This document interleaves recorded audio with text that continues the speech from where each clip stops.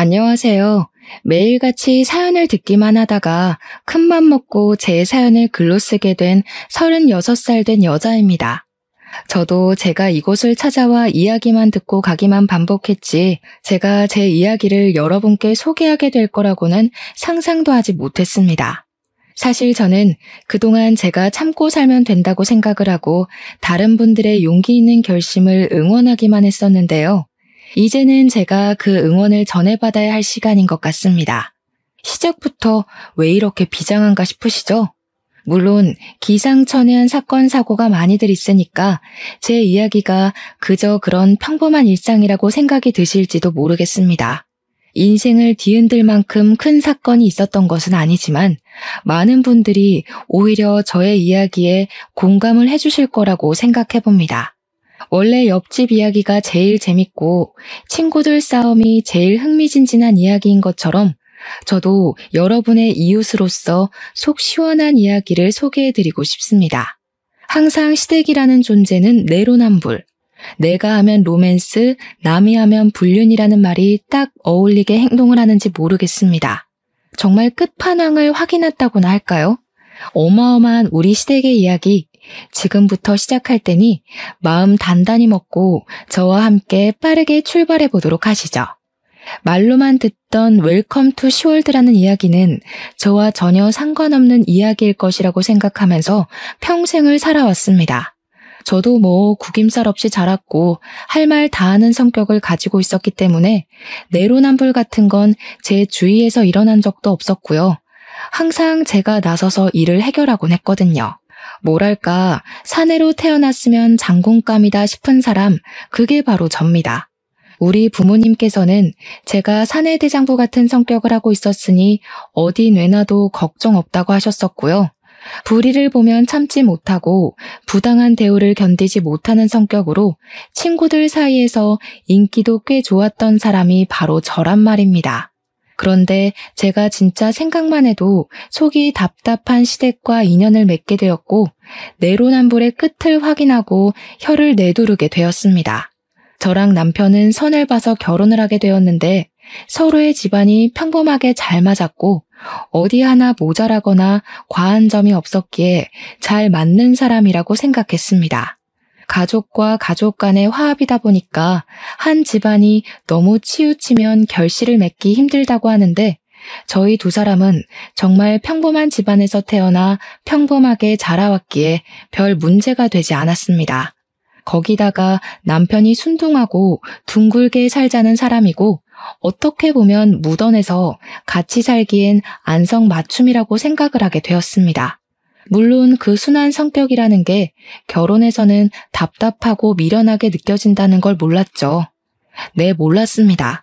어쩜 그렇게 싫은 소리 한 번을 못하고 끙끙거리면서 해달라는 걸 다 들어주고 앉아있는지 제 속이 터져서 죽을 뻔한 적이 한두 번이 아니라니까요. 남편이랑 결혼을 준비할 때만 해도 우리 두 사람이 평생 검은 머리 팥불이 될 때까지 행복하게 살 것이라 믿어 의심치 않았습니다. 남편이랑 처음 부딪히게 된 사건은 결혼식을 코앞에 두고 신혼집을 얻으려고 이리저리 발품을 팔고 있을 때였습니다. 남편은 신혼집을 얻을 때 서울 외곽 쪽으로 집을 얻자고 박박 우겨댔고 저는 그런 남편의 말을 깡그리 무시하고 있었습니다.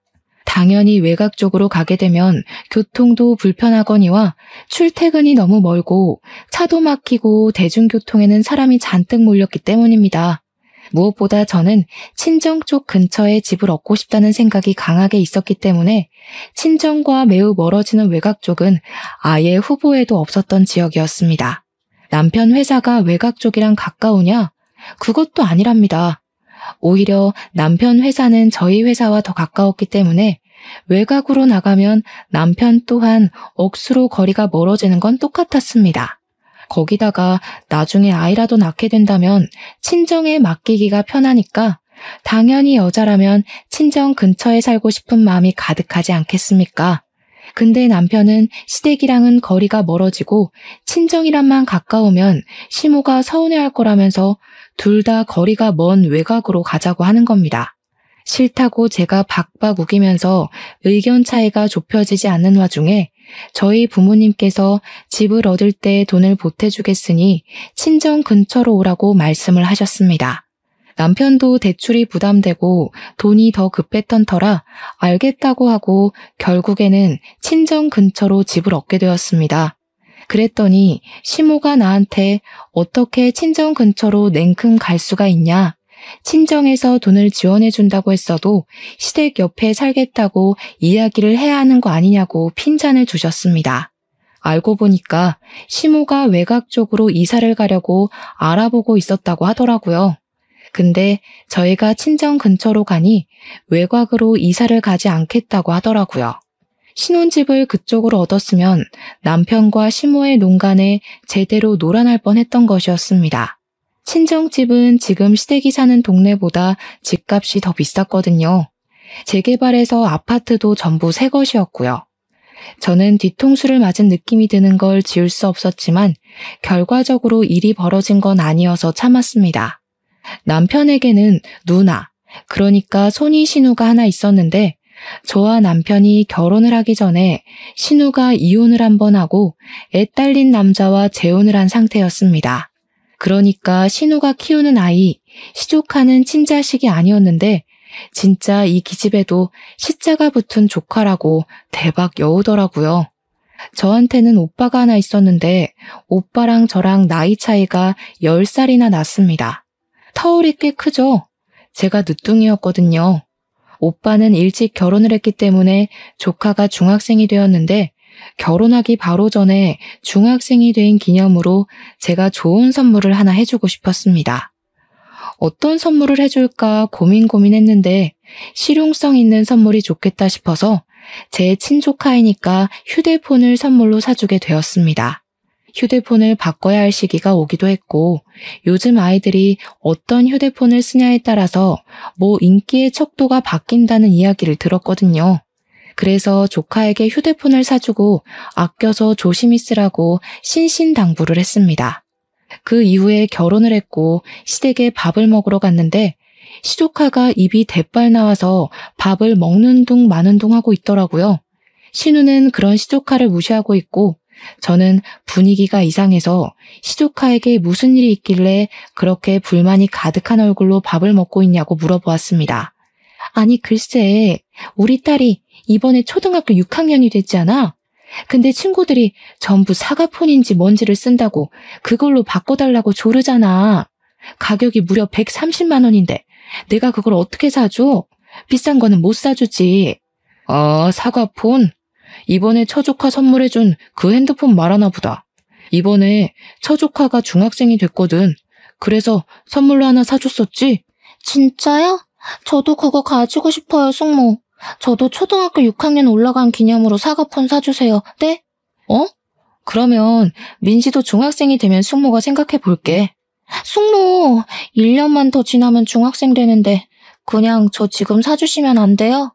친구들 다 가지고 있는데 저만 없으면 왕따 당한단 말이에요. 숙모 설마 제가 왕따 당하기를 바라시는 거 아니죠? 숙모네 조카랑 저랑 차별하시고 그러면 저 서운해요. 무슨 초등학생이 저렇게 말을 잘하는지 제 말문이 턱턱 막힐 정도로 막힘없이 말을 하더라고요. 제가 너무 당황스러워서 주제를 돌리려고 했는데 잘 걸렸다 싶은 건지 시조카는 끊임없이 저에게 사과폰을 선물로 사달라고 졸랐습니다. 문제는 굳이 하지 않아도 될 말을 꺼낸 남편은 입을 싹 씻고 혼자 밥을 맛있게 처먹고 있고 시부모도 아무 소리 하지 않고 밥만 먹고 있더라고요. 저한테 다 떠넘겨진 기분이 들었다고나 할까요? 제가 너무 어이가 없어서 시조카한테 나중에 하면서 말을 돌리려고 하시는데 신우가 딱 그러는 겁니다. 내가 웬만해서는 뭐 해달라 이런 소리 잘 안 하는데 설마 외조카만 챙기고 친조카는 나 몰라라 하는 거 아니지? 공평하게 해줘야지. 자기도 분명 비싸서 못 해준다고 딱 잘라 이야기를 하더니 남한테는 얻어먹고 싶은 건지 저한테 차별하면서 휴대폰 맡겨놓은 사람처럼 내놓으라고 하는 거 있죠? 어이가 없어서 저도 무슨 말을 해야 할지 잘 모르겠더라고요. 결국에는 남편의 옆구리를 찔렀더니 남편이 저를 쓱 보면서 말을 하더라고요. 할부에서 사면 별로 부담되는 가격은 아니지 않나? 어차피 휴대폰 다 할부로 사는 거잖아. 그 말에 시조카가 너무너무 좋다고 당장 사달라고 하면서 저에게 퀵배송이 되는 사이트 주소를 보여주더라고요. 거기서 사면 무슨 사은품도 주고 안전하게 배송도 해준다면서 집 주소는 당연히 아시죠? 하는데 무슨 초등학생이 그리 영악한지 혀를 내둘렀습니다. 핸드폰 값이 1, 20만 원 하는 것도 아니고 무려 130만 원이나 하는데 제가 왜 신우딸, 그것도 신우 친딸도 아니고 재혼한 남자가 데려온 딸에게 해줘야 하는지 모르겠더라고요. 남편에게 그냥 솔직하게 우리 이거 사는 거 부담되지 않냐고 못 해주겠다고 했더니 남편이 나중에서야 저한테 그걸 지금 말하면 어떡하냐고 하더라고요. 아니 제가 옆구리 찌를 때는 모른 척하면서 뭐 할부가 어쩌니 저쩌네 해놓고 왜 제 탓을 하는지 모르겠더라니까요. 사람이 착한 거랑 미련한 건 차이가 있는 법인데 남편은 미련 수준이 아니라 아주 미련 할아버지가 붙은 수준이었습니다. 답답해 죽겠더라고요. 제가 남편에게 옆구리 찌르지 않았냐고 딱 잘라서 시조카한테 못 사준다고 거절을 했어야지 했더니 왜 자기한테 떠넘기냐고 하는 겁니다. 자기가 싫은 소리 못하고 거절 못하는 거 알면서 옆구리를 찌른 것 자체가 잘못된 거라는 식으로 말을 하는 거예요. 아니 싫은 소리가 아니라 이건 딱 잘라서 너무 고가의 제품이니 나중에 크면 사주겠다는 식으로 돌려서 말했어야 하는 거라고 남편에게 훈계를 했습니다. 그랬더니 저한테 그러면 외조카에게는 왜 사준 거냐고 차별 맞잖아. 차별! 이딴 소리를 짓거리는 게 아니겠습니까?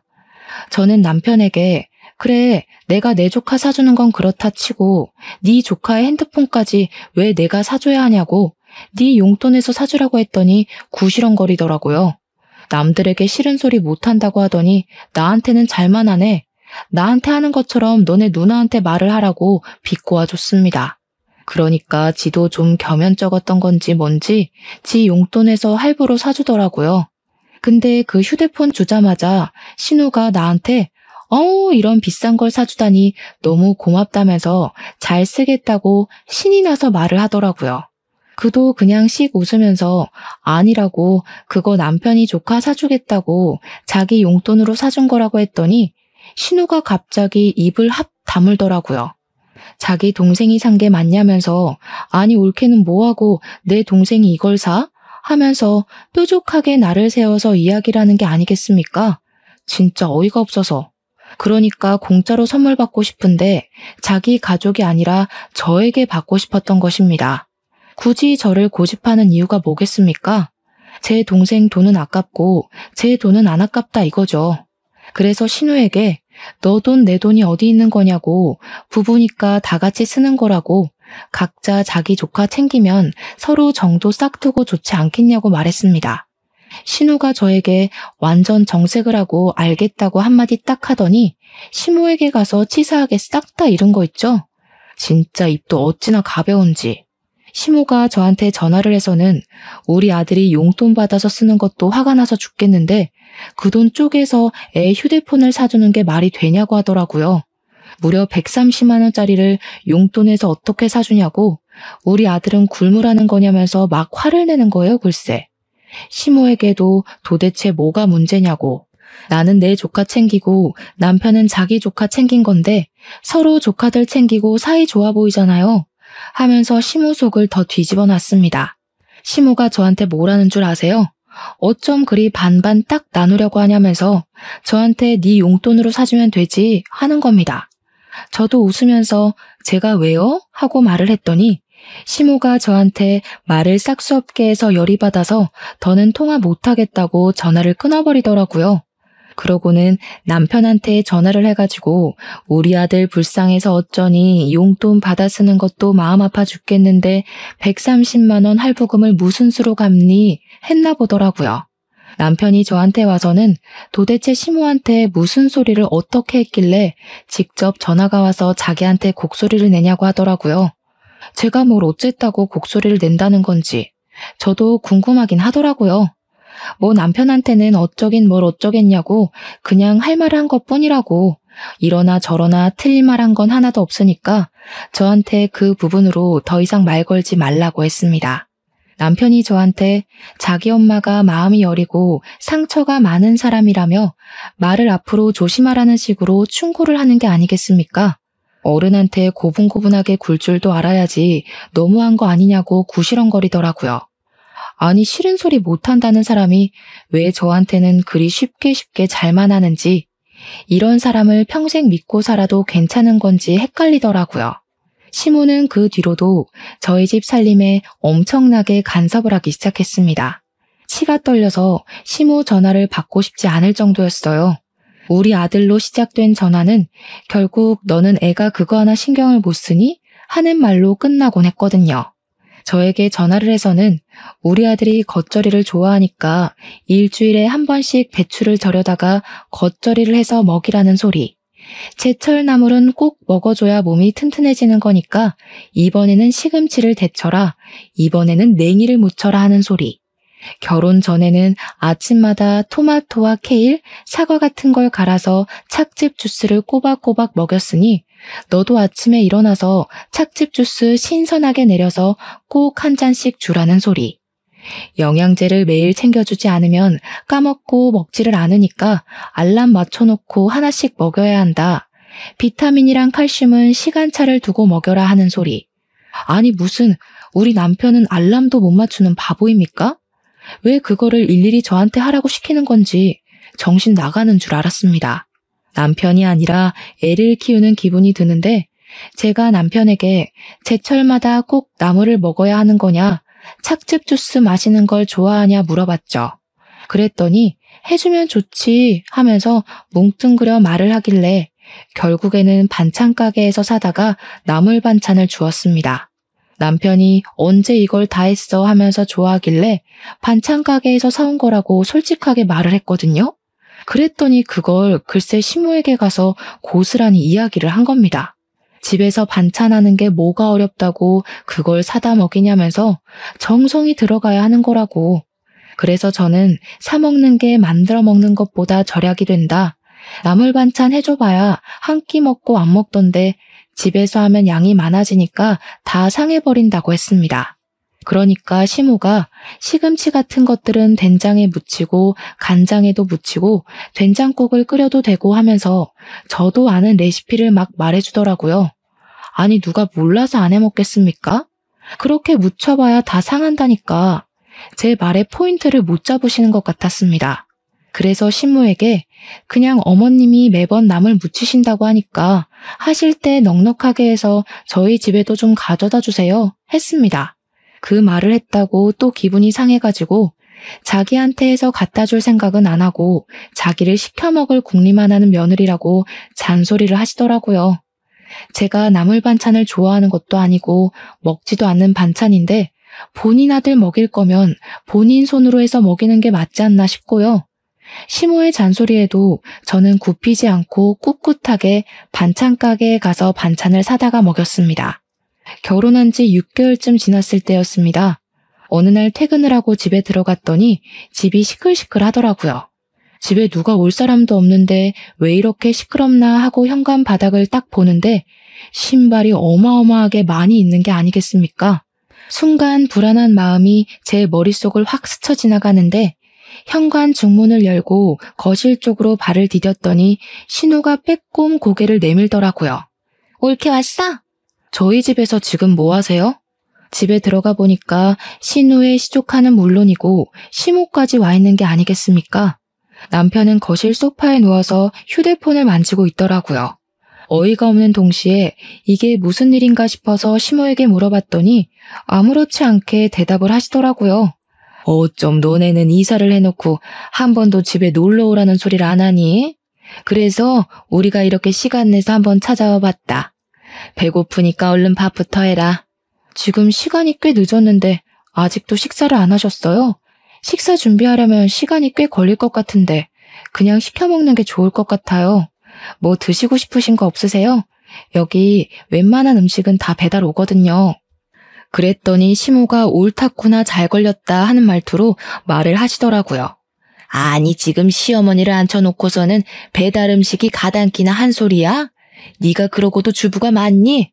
미리 오신다고 연락을 주신 것도 아니고 약속을 잡은 것도 저랑 잡은 게 아닌데 제가 왜 밥을 차려야 하는 거예요? 재료도 없고 집에 먹을 것도 없어요. 아니 옳게. 말을 조금 거칠게 하는 경향이 있네? 당연히 주부가 남편 밥을 챙겨야지. 먹을 게 없으면 어쩌라는 건데? 저는 주부가 직업이 아닌데요?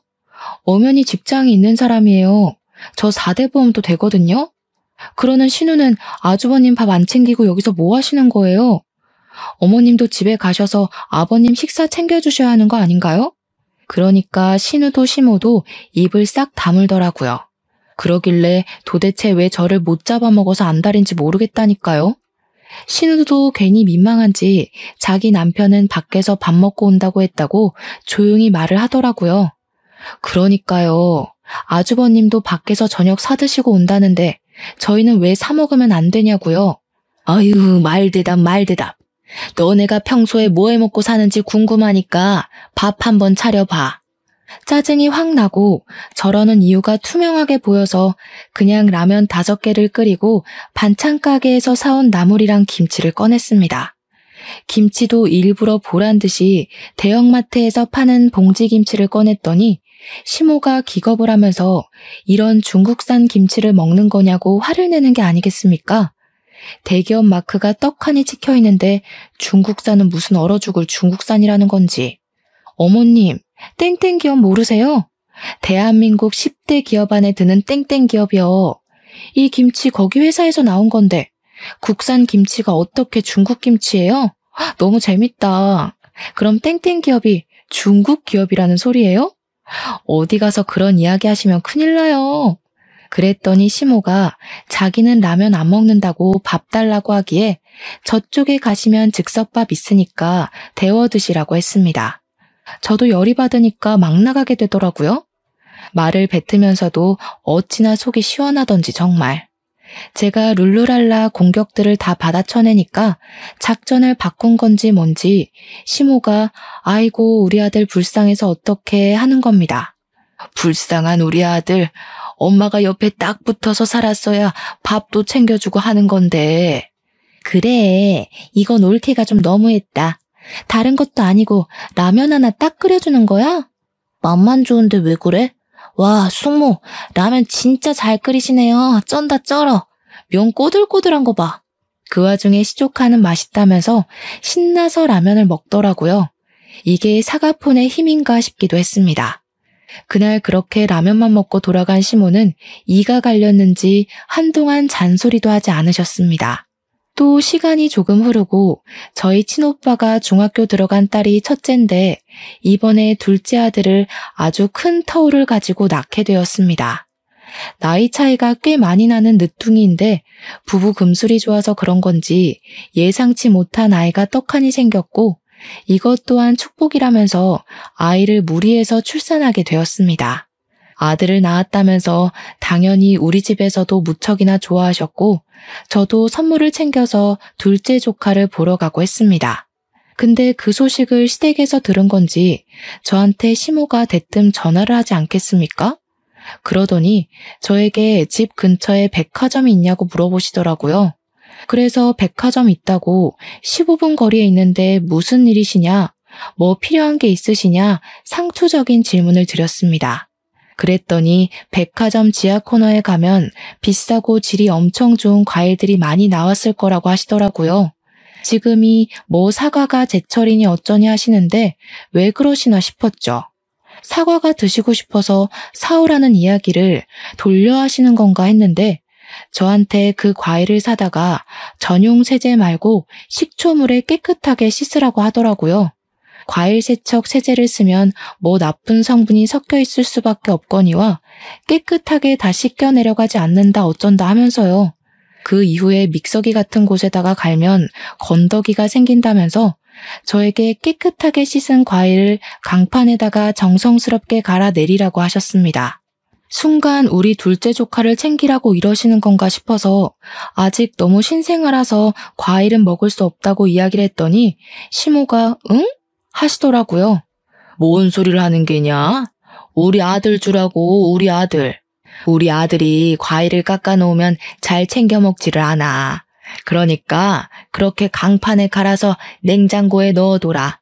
아침에 하나씩 꺼내주면 잘 먹는다. 우리 아들이 과일도 잘 챙겨 먹어야지. 맨날 밥만 먹으면 안 돼. 과일에 비타민이며 식이섬유 같은 게 많은 거 알지? 필요한 영양소니까 하나하나 챙겨줘라. 제가 진짜 어이가 없어서 예 하고 대충 전화를 끊고는 퇴근하고 남편에게 물어보았습니다. 여보, 혹시 과일을 깨끗하게 잘 씻어서 강판에 갈아 놓으면 무슨 생각이 들어? 글쎄, 개밥? 아니면 뭐 잼 만들게? 그런 거 만들어봐야 누가 먹는다고 고생을 사서 해. 잼은 그냥 사서 먹자. 아니, 어머님이 나한테 그렇게 만들어서 냉장고에 넣어놨다가 당신 아들 입에 넣어주라고 하시던데 그래야 여보가 과일을 먹는다고. 그 말이 끝나기가 무섭게 남편의 얼굴이 빨갛게 달아오르는데 꼴이 웃기더라고요. 제가 너무 웃겨서 당신 무슨 신생아냐고 그런 취급을 당하냐 했더니 남편이 진짜 자기 엄마가 너무 주책인 것 같다고 하더라고요. 남편도 그렇게 주책 맞다고 생각할 정도면 시모가 극성은 극성인 거죠. 도대체 아들을 철없는 푼수로 만드는 꼴 아니겠습니까? 그 이후에 한 번은 제가 정말 심각하게 독감에 걸려서 진짜 말로 표현할 수 없는 고생을 하게 되었습니다. 회사까지도 고열이 너무 심해서 5일이나 쉬어야만 했고 집에서 해열제를 먹고 병원에 매일같이 들러서 열이 떨어지는 링거를 맞아야만 했습니다. 밥도 제대로 먹지 못할 정도로 아파서 골골거렸는데 남편이 걱정이 돼서 그런 건지 뭔지 시모한테 말을 했나 보더라고요. 시모가 집에 찾아왔습니다. 아파 죽겠기에 인사할 힘도 없고 눈도 제대로 뜨지 못한 채로 오셨어요 하고 인사를 드렸죠. 고개를 들어 시모를 보니까 마스크까지 정말 꼼꼼하게 챙겨 쓰고 손에 비닐 장갑까지 끼고 와서는 가방 하나 툭 던지면서 그러더라고요. 여 가방에 얼른 네 남편 짐 좀 싸라. 속옷부터 시작해서 출퇴근하면서 입을 옷까지 싹 담아. 저는 영문을 모르겠고 몸이 너무 아파서 뭘 할 수가 없는 상태라 왜 그러시냐고 물어보았습니다. 우리 아들이 감기라도 옮으면 어떡하니? 너는 생각이 있는 거니 없는 거니? 그렇게 아프면 네 남편부터 시댁에 보냈어야 했어야지. 아픈 것도 서러워 죽겠는데 저한테 저런 소리를 하니까 짜증도 나고 속상하기도 하고 그러더라고요. 무슨 사춘기 소녀인 것 마냥 기분이 나빠져서 획 토라져 말을 했습니다. 어머님, 저 진짜 손 하나 까딱할 힘이 없어요. 그냥 남편 보고 챙겨서 가라고 그럴게요. 그러고는 그냥 방에 들어왔습니다. 열이 너무 올라서 어지러움이 심각할 정도라 침대에 누웠는데 따라 들어오신 시모가 제 이불을 확 걷어내더니 등짝을 때리더라고요. 남편 짐을 저보고 챙기라면서 일 끝내고 들어온 남편 고생하게 그 힘든 일을 시키냐고 잔소리를 하시는 겁니다. 진짜 저에게 데스노트가 있었으면 우리 시모의 이름을 적어서 심장마비에 걸리게 만들고 싶을 정도로 화가 났습니다. 그럼 어머님이 챙기시던가요. 제가 아파 죽겠다는데 여기까지 쫓아오셔서 뭐 하시는 거예요? 너 지금 내가 누군지 알고 소리를 지르니? 옛날에는 시어머니라면 눈도 제대로 못 쳐다봤는데 세상 참 좋아졌다. 그러면서 제가 계속 누워있으니까 다시 한번 제 등짝을 찰싹 소리가 나게 때리시는데 제가 너무 열이 받아서 시모의 손을 확 때려버렸습니다. 놀래가지고 저를 눈 동그랗게 뜨고 쳐다보는데 진짜 그 표정까지도 정나미가 뚝뚝 떨어지더라고요. 저 때리지 마시라고요. 지금 누구는 귀한 자식 아닌 줄 알아요? 너 지금 나 쳤니? 그런 거니? 친 건 어머님이고요. 저는 뿌리친 거죠. 그게 그거지. 요즘 것들은 정말 예의가 없어. 저는 그런 시모의 뒤통수에 대고 나가시라고요 하고 이불을 머리끝까지 뒤집어 썼습니다. 나가려던 시모는 다시 돌아와서 계속 구시렁구시렁 거리시면서 우리 남편 짐을 끝까지 챙겨서 돌아가시더라고요. 설마 했는데 그날 남편은 시댁에서 자는 건지 집에 들어오지 않았습니다. 그런데 하필 가는 날이 장날이라고 그날 밤에 제가 열이 39도까지 올라가면서 쓰러지게 된 겁니다. 겨우겨우 음성인식으로 연결해서 119에 신고하고 응급차에 실려가게 되었습니다. 병원에서도 저에게 열이 39.8도였다면서 정말 위험했다고 보호자분 어디 계시냐고 묻는데 남편에게 전화를 걸었더니 왁자지껄한 소리가 들리더라고요. 시댁에서 술판이라도 벌인 건지 시무랑 신우 목소리도 들리고 남편은 저에게 술을 먹고 있다고 하더라고요. 너무 열이 받아서 전화 바로 끊고 엄마한테 전화를 걸어 엉엉 울었습니다. 아픈 것도 서러운데 남편까지 저 모양 저 꼴이라고 말입니다. 그러니까 부모님께서 그 새벽에 놀라가지고는 병원 응급실로 바로 뛰어오셨어요. 김서방 어디 갔냐고 물어보시는데 힘들고 목이 바싹 타서 죽을 것 같았지만 원래 고자질이라는 게 제일 즐거운 거 아니겠습니까? 하나도 빠짐없이 모든 사실을 다 일러바쳤습니다. 저희 아버지께서 엄청나게 열이 받으셔서는 당장 뒤집어 엎겠다고 이혼하라고 그런 취급 받으면서 살 필요 없다고 하시더라고요. 부모님께서도 저의 이혼을 지지해 주시겠다는데 제가 굳이 피할 이유가 있겠습니까? 저는 이혼을 결심했고 퇴원을 하고 나서 제대로 사건이 터지게 되었습니다. 시모가 집에 남편 짐은 물론이고 본인 짐까지 죄다 싸들고 찾아온 게 아니겠습니까? 무슨 짐이 이렇게 많은가 싶어서 보다 보니 시모 짐까지 섞여 있더라고요. 불길한 예감은 뭐 틀리지 않는 법이죠. 저는 바로 정신을 차리고 남편에게 물어보았습니다. 이 짐들은 다 뭐야? 당신 짐만 있는 게 아닌 것 같은데? 우리 집 내놨다. 아무리 생각해도 내가 너무 못 믿어워서 두 다리를 뻗고 잘 수가 있어야지. 우리 아들이 결혼하고 살이 홀쭉하게 빠진 거 봐라. 저게 사람 몰골이니? 삐쩍 말라가지고 볼품없게. 저 사람 원래 저랬어요. 연애할 때도 비쩍 말라서 볼품 없었는데요. 이게 또박또박. 먹는 것만 봐도 맨날 사온 반찬이고 김치도 마트 김치를 사 먹인다는 게 말이나 되니? 내가 같이 살면서 우리 아들 밥도 해주고 말이다. 살림도 좀 알려주고. 너 신부 수업 안 받고 온 거 티나서 내가 가르치려고 한다. 내 말에 토달지 마. 내가 우리 아들 집에 와서 지내겠다는 게 문제는 아니잖니. 그러면서 글쎄 본인 집만 쏙쏙 골라다가 저희 집 남는 방이 하나 있었는데 그 자리에 짐을 풀더라고요. 제가 너무 황당해가지고 이건 아닌 것 같다고 했습니다. 뭐가 아니냐고 저한테 뾰족하게 되물으면서 자기 말에 틀린 게 있냐고 반박할 거리가 있으면 해보라고 하시더라고요. 물론 뭐 시무 말이 틀린 말은 아니죠. 반찬 사 먹고 김치 사 먹는 게 근데 그게 왜요? 요즘 누가 일일이 하나요? 아무리 아들 집이라고 해도 며느리가 있는데 저랑 상의도 없이 갑자기 같이 살겠다고 하는 건 아닌 것 같아요. 그럼 어쩌니? 이미 우리 집은 내놨는데. 네 시아버지는 평생 수원이 강원도에서 감자 농사 짓는 거였거든? 그래서 강원도에 마당 딸린 집 알아보고 있다. 나는 도시에서 살아야 하는 사람이라 여기 와서 지내기로 결정했어. 내가 우리 아들 집에 오는데 네 의견은 별로 필요 없는 것 같은데? 내 배로 낳은 자식 내가 끼고 살겠다는데 왜? 완전히 뒤통수 제대로 맞은 느낌이 들어서 남편에게 뭐라고 말 좀 해보라고 아니면 내가 알아들을 수 있게 설명이라도 해보라고 했습니다. 그랬더니 남편이 천하태평 묵사발에 밥 말아먹는 소리를 하더라고요. 엄마는 도시 살고 싶어하고 아빠는 시골 살고 싶어하고 딱 아기가 맞잖아. 엄마 혼자 살면 외롭기도 하고 같이 살면 좋고 그리고 우리 맞벌이 하니까 밥 해먹기도 쉽지 않았는데 엄마랑 같이 있으면 편하긴 하겠지. 촉수로 밀어붙이기로 결심을 한 건지 뭔지 두 명이서 밀고 들어오며 박박우기니까 제가 집을 나가지 않는 이상 답이 나지 않겠더라고요. 당장 친정에 가기도 애매하고 해서 일단 쫓아내봐야겠다고 생각만 했습니다.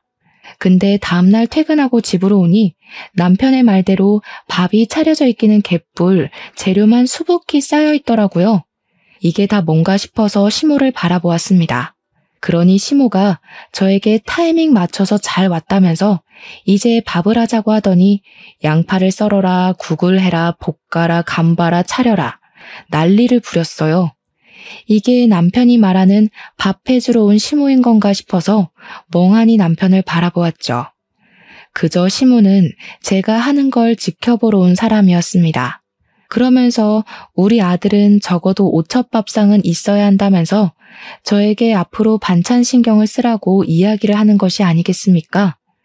내일은 사골국을 먹어야겠다고 하면서 핏물을 이미 빼놓고 있다며 아침 5시에 일어나서 출근 전까지 푹 고아놓으라고 하시더라고요. 제정신인가요? 저는 출근해야 하는 사람인데. 제가 당연히 못하겠다고 말을 하니까 제 등짝을 때리면서 시어머니가 시키는데 어디서 토를 다냐고 하더라고요. 일단 무시하고 잠을 잤거든요. 아침에 알람도 일부러 안 해놓고 잤는데 갑자기 5시에 시모가 안방문을 벌컥 열고 들어와서는 저를 깨우는 겁니다. 그놈의 사골국 끓이라고요. 진짜 욕이 절로 나오는 거 있죠? 너무 열받아서 남편까지 깨웠더니 시모가 또 제 등짝을 때리면서 어디 잠자는 남편을 깨우냐고 하더라고요. 제가 그날 사골국 끓이면서 이혼을 결심했는데 이대로 쉽게 놓아주면 너무 억울하지 않겠습니까? 바로 그날 저도 친정 부모님을 호출했습니다. 그간 있었던 사정 설명을 다 하고 짐 싸들고 오라고 했더니 아빠랑 엄마랑 둘 다 벼르고 있었는지 본때를 보여준다고 하더라고요. 그날 퇴근하고 부모님이랑 같이 집에 가니까 시모랑 남편이 엄청나게 당황하더라고요. 그래서 저도 웃으면서 우리 엄마 아빠도 같이 살면 좋지 뭐 했습니다. 아니 이렇게 말도 없이 사돈어른도 말도 없이 찾아오셨다면서요. 저희 집은 제가 요리를 하기 때문에 오늘 저녁은 제가 차리도록 하겠습니다. 그러니 시모가 안절부절 가만히 있지를 못하더라고요. 막 며느리가 하면 되는데 하면서 당연스럽게 저를 쳐다보는데 우리 엄마가 그러셨습니다. 어디 우리 귀한 딸 손에 물을 묻히라고 하십니까? 김서방, 자네는 뭘 그리 몰뚱히 서 있나? 당장 와서 마늘부터 까. 그러자 시모가 자기가 하겠다고 두 팔 걷고 나서는 거 저희 어머니께서 꾹 눌러 앉히셨습니다. 저희 어머니 팔 힘이 장사시거든요. 여자가 왜 주방에 들어갑니까? 그거 다 옛날 말이죠. 김서방, 자네가 들어와서 하게나. 남편은 TV 보면서 탱자탱자 쉬려고 했다가 저희 부모님 때문에 쉬지도 못하고 꼼짝없이 끌려서 그날 밤 내내 요리하고 설거지하고 빨래 정리를 했습니다. 그리고 뻗어서 자려고 하는데 시모가 슬쩍 와서 말을 하더라고요. 사돈댁은 언제 집에 가시니? 가긴 어딜 가세요. 저희 부모님도 집 부동산에 내놓고 오신 건데요. 시모가 부들부들 떠는데 뭐 어쩌겠습니까? 시모가 방에 들어가려고 하니까 그제야 남편이 저희 집에 남는 방이 없어서 하면서 웃더라고요. 한마디로 이제 집으로 돌아가시죠 하는 말이었습니다. 밤도 많이 늦었는데 집에 가셔서 주무시는 게 좋지 않을까요? 우리 집 내놓고 왔다니까. 거기 벌써 집 보러 오고 난리도 아니야.